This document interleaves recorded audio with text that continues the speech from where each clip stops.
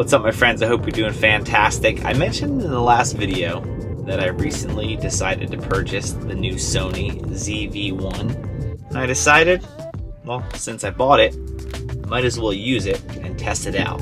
I don't like choosing a camera based on what reviews say or what the specs say, because the specs only tell a small story. So that's what we're doing.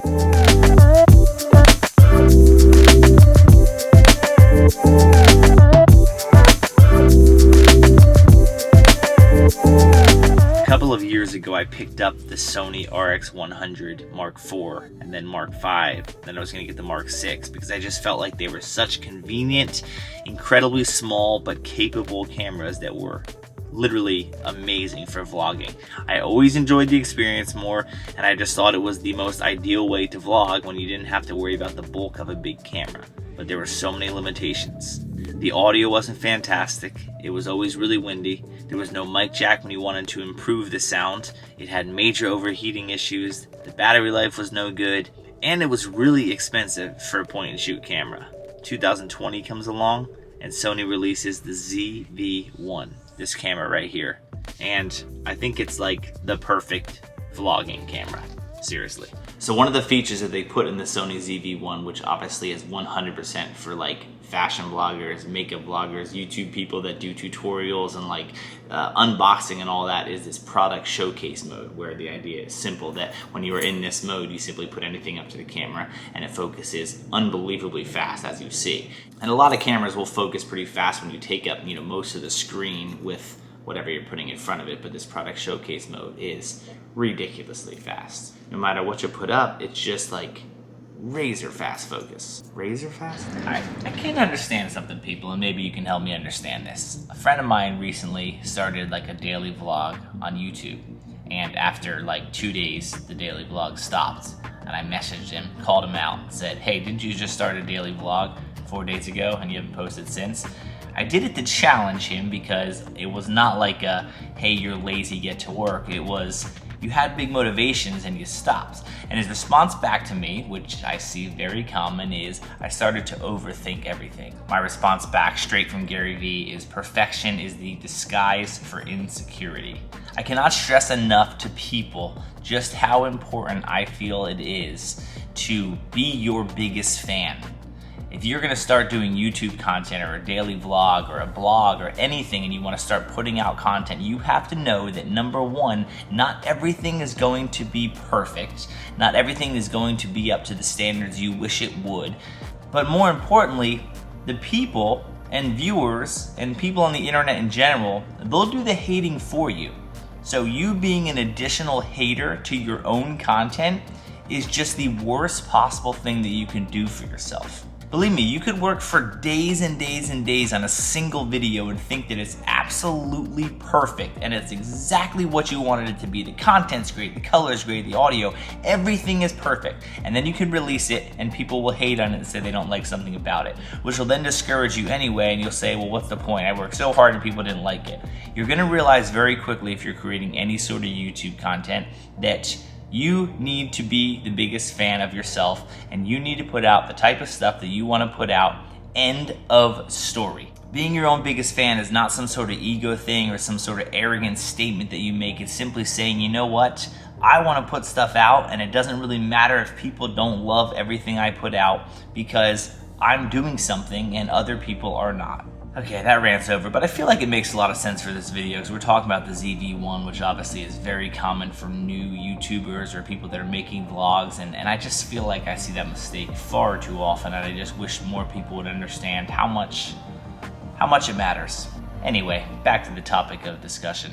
So one of the big frustrations I always had with the RX100 is that they don't have amazing audio. As you can hear, the audio is not perfect on these cameras at all, and partially that's because of the fact that the lens itself is not a super wide angle, so you're kind of a little bit further away from the camera than you should be in ideal circumstances. But on the ZV-1, they actually have improved the audio quite a bit, and I think it actually sounds a lot better than it used to. It's a little bit more directional than it used to, and on top of that, they included a wind filter, which actually goes right into the brand new hot shoe right on the camera to prevent wind noise, which is a huge improvement from the last ones. They've really improved that side of it, but it gets way better.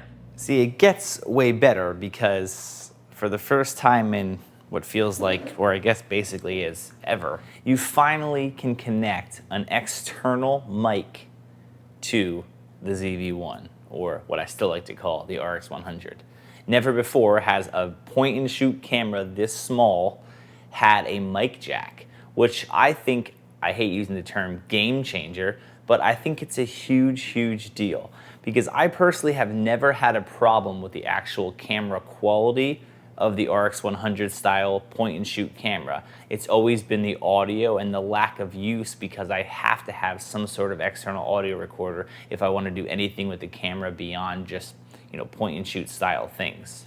A while back I did a test actually with the little Tascam DR10L, a little portable recorder with a lav hooked up to it, and I basically had it running all day, and then I would just sync all the audio and post to the files in the RX100, but it was a huge hassle and you had to worry about an additional battery that you couldn't monitor, and it didn't work as great as I hoped. But this, on the other hand, I'm just using a little wireless Rode Go right now, which is only a $200 wireless unit, which you can plug straight into this camera. And then you're talking about an entire little vlogging rig, and even maybe more than a vlogging rig for some people, under $1,000. That is specifically great for YouTubers or people who do any sort of gear reviews or something where you want to have obviously some sort of bigger shot, you want to have a table or you want to talk about something and you previously had to worry about the audio sounding absolutely terrible. And so you'd have to bring the camera closer, but in turn if you bring the camera closer you don't necessarily get all that you want in the shot. But no one likes listening to audio that sounds like this. You see, if I have the camera that far away, this is what it sounds like. The on-camera mic is just terrible for this kind of use. But now that you have the flexibility to actually connect a good microphone to use for this is a great little secondary camera that you can use for vlogging or for doing little YouTube videos, or even for me, when I go and do some meetings or some different things where I want to capture some content, I don't always have someone that can film for me, nor do I sometimes want to bring my big bulky camera. But being able to set this up and just use it without any sort of hassle is really nice. And speaking of recording, there's nothing more frustrating than having a limit on how long you can record. Now, unfortunately, the ZV-1 still does have a 5-minute record limit in 4K, but in 1080, it is now unlimited recording time.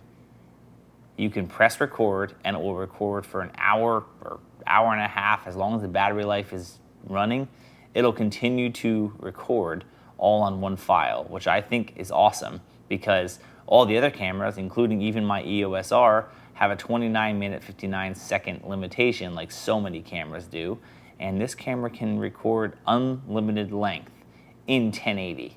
Now, one additional change they made to this camera is that it now has a flip out screen rather than a flip up screen. I think that was obviously due to the fact that now that they have a hot shoe on top of it, it allows you to actually put stuff on top of the camera and not have the limitation that the A6400 had, which I can't understand why they did. But if you put something on top of the camera, like a microphone on the A6400 or a lot of other vlogging cameras, if the screen flips up, you can't see the screen. So that design doesn't really make any sense whatsoever. Luckily, they were very smart with this and they actually made the screen flip out rather than up.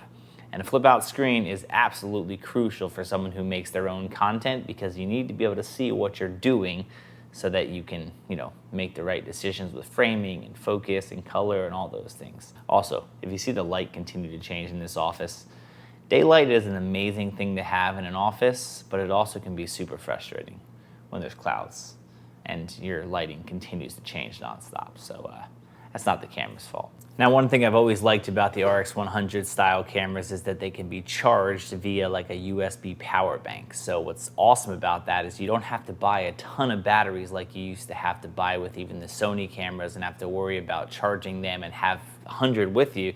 You can bring a couple of batteries with you, maybe even just one if you have a power bank, and you can use the camera while you're plugged into the power bank and never run out of juice. That's really nice for recording any sort of long type of video and you don't want to worry about the battery going dead, but it's also nice to not have to carry around tons of batteries with you because you can just carry around a power bank, which I personally always have with me, and then you always have a way to charge the camera really quickly and conveniently. Now, one problem that all the previous Sony point-and-shoot cameras used to have was overheating, specifically in 4K. If you ran it for even 5 minutes, you would get that little overheat symbol and, well, you probably would run out of the ability to shoot very quickly. I will say I have not seen that come on this camera, the ZV-1, yet. I will say that I have not used the ZV-1 long enough yet to actually be able to really test that to see if it's still an issue.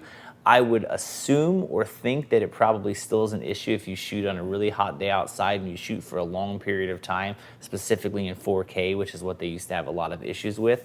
So I don't know if that's still an issue. I know that I never had that issue usually when I was shooting in 1080, it was only in 4K. But obviously if you shoot in 4K a lot, which is what I prefer, it is nice having a camera that you don't have to worry about overheating with, and I don't know for sure if that has 100% been solved yet. What I will say is super impressive, and I give a huge kudos to Sony for, is the fact that they listened to everything that everyone was asking about and complaining about in the previous models of the RX 100. People like me complained that you had to do something about better audio, so they gave a mic jack. They put a hot shoe adapter on it so you could connect things like a mic or a light or whatever you wanted on top of the camera. And since a lot of people complained about wind noise on the previous model, they said, we'll give you a windscreen that will go right over top of it, that just plugs right into our hot shoe, and we'll include it in the box, not charge anything for it. And they didn't make the mistake they made with the A6400 of flipping up the screen and now it being blocked by these new microphones that you were gonna put on. They just put the screen off to the side and solved that issue right away. But the best part is, which is so unlike most cameras, and I was actually very impressed with, they did all of these things that people asked for and made an incredible vlogging camera for someone just starting or even someone like me who's been doing it for a while. They made the camera only $750 or $800 or something.